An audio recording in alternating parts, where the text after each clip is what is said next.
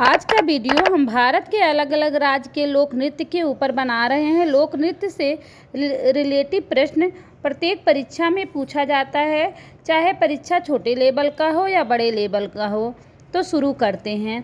हम नृत्य की चर्चा जम्मू कश्मीर से शुरू करके केरल तक के राज्य के नृत्य का चर्चा करेंगे। तो सबसे पहले नृत्य की चर्चा हम जम्मू कश्मीर से शुरू करते हैं। दुमहल नृत्य बट्टल जनजाति द्वारा जम्मू और कश्मीर में किया जाता है। पुरुषों के लिए लंबी शंकुधार टोपी के साथ रंगीन परिधान सम्मिलित है। कलाकार ढोल की थाप पर नाचते हैं। इसके बाद हम लद्दाख के लोक नृत्य को देखते हैं। तो लद्दाख के लोक नृत्यों में खटोक चेम्बो शामिल है। यह नृत्य सम्मानित परिवार के सदस्य सोहडोल द्वारा किया जाता है। वहीं हिमाचल प्रदेश का लोक नृत्य चारबा है। यह दशहरा के उत्सव के दौरान ही किया जाता है। जहां पंजाब का भांगड़ा गिद्धा बहुत ही सुंदर और ऊर्जा युक्त लोक नृत्य है। यह उत्साह संचार कर उत्तेजित करने वाले ढोल के थापों के साथ किया जाने वाला नृत्य है। इसके अलावा यहाँ पर झूमर, जागो, धमाल नृत्य भी किया जाता है। वहीं हिमाचल राज्य से सटे उत्तराखंड राज्य का लोक नृत्य छोलिया नृत्य है। यहाँ पर हर साल पिथौरागढ़ उत्तराखंड में आयोजित किया जाता है।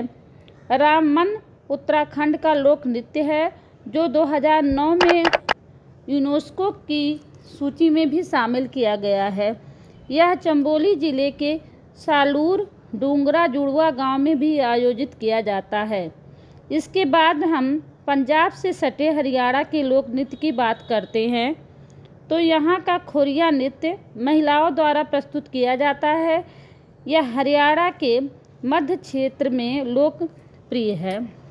इसके अलावा यहाँ पर धूमर नृत्य, डफ नृत्य, धमाल नृत्य, झूमर नृत्य, गुग्गा डांस, लूर नृत्य, रामलीला नृत्य भी यहाँ का लोकप्रिय नृत्य है। वहीं हम हरियाणा से सटे हुए उत्तर प्रदेश की लोक नृत्य की बात करें तो यहाँ का दादरा लोक नृत्य अर्धशास्त्रीय रूप है, जिसकी जुगलबंदी उसी प्रकार के संगीत के साथ ही होती है। लखनऊ क्षेत्र के दरबारी नृत्यकों में अत्यधिक लोकप्रिय था यह नृत्य। अब हम हरियाणा से नीचे सटे राजस्थान के लोक नृत्य की चर्चा करते हैं। यहाँ का कालबेलिया नृत्य यूनेस्को के अमूर्त सांस्कृतिक विरासत में शामिल है। कालबेलिया नृत्य राजस्थान में सपेरा समुदाय की महिलाओं द्वारा किया जाने वाला नृत्य है। इसमें पोशाकें तथा नृत्य की चाल सर्प के समान होता है। बीन सपेरा द्वारा बजाया जाने वाला वाद्य यंत्र है। इस नृत्य का लोकप्रिय वाद्य यंत्र बीन ही है। धूमर और गंगोर नृत्य भी राजस्थान की भील जनजाति की महिलाओं द्वारा किया जाता है। इसमें महिलाओं को चक्कर खा खा कर घूमना होता है, जिसमें उड़ते हुए घाघरों की बहुरंगी थरथराहट शानदार दिखती है। तेरह ताली नृत्य यहाँ की कमार जनजाति द्वारा भी किया जाता है। जहाँ हम उत्तर प्रदेश से लगे हुए बिहार राज्य के लोक नृत्य को देखते हैं तो यहाँ का बिरहा नृत्य उन महिलाओं की व्यथा का वर्णन होता है जिसके साथी घर से दूर होते हैं, किंतु यह नृत्य पुरुषों द्वारा प्रस्तुत किया जाता है। जो महिलाओं के पात्रों की भूमिका निभाते हैं। यहाँ पर जाट जाटिन बिहार की मिथिलांचल का लोकप्रिय नृत्य है। यह नृत्य विवाहित दाम्पत्य के बीच प्रेम तथा मीठी नोक-झोंक को प्रस्तुत करती हुई नृत्य है। वहीं बिहार से लगे झारखंड का लोक नृत्य अलकप है। यह नृत्य शिव से संबंधित गजन पर्व से संबंधित रखता है। यहाँ सरायकेला छऊ नृत्य भी किया जाता है। वहीं पश्चिम बंगाल का लोक नृत्य गंभीरा नृत्य का अपना विशेष महत्व है। इस नृत्य में दो मुख्य नर्तक होते हैं जो नाना और नाती की भूमिका निभाते हैं। यह नृत्य हारमोनियम, बांसुरी, ढोल वाद्य यंत्रों के साथ किया जाता है। पश्चिम बंगाल में पुरुलिया छऊ नृत्य भी किया जाता है। जहां अब हम बात करते हैं सिक्किम राज्य के लोक नृत्य का तो मुखौटा नृत्य यहाँ का सबसे प्रिय नृत्य है, जो तिब्बती कैलेंडर के अनुसार विभिन्न अवसरों पर किया जाता है। इसके बाद यहाँ पर संगनी, तमाम खेसेलो, गैनी आदि लोक नृत्य भी किया जाता है। मुखौटा नृत्य को सिंघी छम नाम से भी जाना जाता है। अब हम चलते हैं असम राज्य में। तो बिहू असम का एक प्रसिद्ध नृत्य है जो महिलाओं और पुरुषों दोनों द्वारा प्रस्तुत किया जाता है। यह धूमधाम तथा उल्लास को व्यक्त करने के लिए रंगीन पोशाकें पहनकर इस नृत्य में तीव्र हस्तचालन तथा फुर्तीली कदमों की भूमिका होती है। वहीं मणिपुर का लोक नृत्य थांग टा यह युद्ध नृत्य है। थांग का अर्थ तलवार होता है, टा का अर्थ भाला होता है, जिसमें कलाकार नकली लड़ाई का अनुक्रम करते हैं, हमला करने और बचाव करने के लिए छलांग लगाते हैं। जबकि अरुणाचल की लोक नृत्य की वाचो नृत्य के नाम से इसे जाना जाता है। वाचो डांस अरुणाचल प्रदेश की एक विशेष जनजाति का है। अरुणाचल प्रदेश के गालो जनजाति के पोपिर नृत्य के लिए भी यह प्रसिद्ध है। जहां बात करें यदि हम नागालैंड की लोक नृत्य की, तो चांगलो या सुआलुआ इस राज्य की चांग जनजाति का एक पारंपरिक नृत्य है। यहाँ की नागा नृत्य पुरुषों द्वारा किया जाता है। यह जनजाति अपने महिलाओं को भी नृत्य में भाग लेने के लिए अनुमति देते हैं। अब हम मिजोरम के लोक नृत्य को यदि समझें तो यहाँ का चेराव नृत्य मिजोरम का लोक नृत्य है। इसे बांस की छड़ियों के साथ किया जाता है। पुरुष लयबद्ध ताल में बांस की लंबी जोड़ी थपथपाते हैं। महिलाएं बांस की ताल पर नृत्य करती हैं। वहीं त्रिपुरा का लोक नृत्य होजगिरी एक प्रसिद्ध लोक नृत्य है जो 4 से 6 महिलाओं या युवा लड़कियों के समूह द्वारा शरीर के केवल नीचे के आधे हिस्से की हरकत शामिल होती है। इसमें यह लक्ष्मी पूजा के दौरान किया जाता है।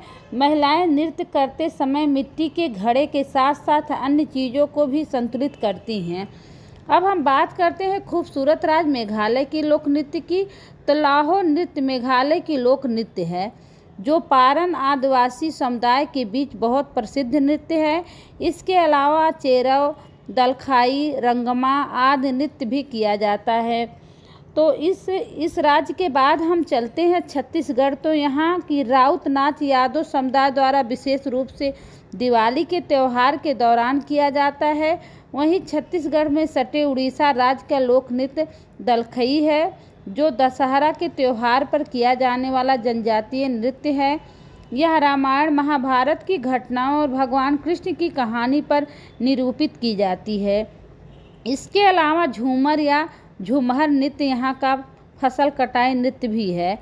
और डंडा माला यह उड़ीसा का प्रसिद्ध नृत्य है। इसमें शिव की कथाएं प्रस्तुत की जाती है।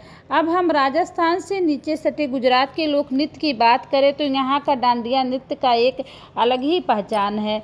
यह ऊर्जा युक्त रोचक नृत्य है। यह पालिश की हुई डंडियों का प्रयोग किया जाता है। इसमें दुर्गा या तथा महिषासुर के बीच छद्म युद्ध की दर्शाया जाता है। जहां हम अब मध्य प्रदेश की लोक नृत्य की बात करें तो यहाँ का काठी नृत्य पारंपरिक लोक नृत्य है। यह पार्वती की तपस्या से संबंधित है। काठी का प्रारंभ देव प्रबोधिनी एकादशी से और विश्राम महाशिवरात्रि को होता है।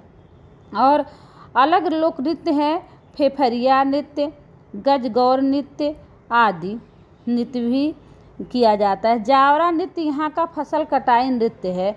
वहीं महाराष्ट्र राज्य का लावड़ी नृत्य आकर्षण के लिए भी प्रसिद्ध है। यह नृत्य ढोलक की थाप पर किया जाता है। इस लोक नृत्य में 9 गज की साड़ी पहनकर महिलाएं धमाकेदार बीट्स पर झूमती हैं। लावड़ी शब्द का अर्थ है सुंदरता। महाराष्ट्र में फुंगड़ी नृत्य भी महिलाओं द्वारा किया जाता है। अब हम कर्नाटक राज्य के लोक नृत्य को देखते हैं तो वहाँ पर हुलबेसा नृत्य भी की तरह चित्रित पुरुष, बाघ की तरह चित्रित पुरुष भी को शामिल किया जाता है इसमें, जो देवी दुर्गा को बहुत पसंदीदा जानवर है। माता जी को सम्मानित करने के लिए यह नृत्य किया जाता है। यह नृत्य नवरात्र के दौरान किया जाता है। अब हम तेलंगाना राज्य की तरह चलते हैं तो वहाँ का पेरीना थड़ावम नृत्य पुरुषों द्वारा किया जाने वाला नृत्य है। यह तेलंगाना राज्य का प्राचीन नृत्य है। इसकी उत्पत्ति काकतीय राजवंश के शासन के दौरान हुई थी। तेलंगाना से जब हम नीचे आते हैं तो आंध्र प्रदेश राज्य का प्रसिद्ध लोक नृत्य है कच्चीपुड़म। भारत का प्रसिद्ध नृत्य है।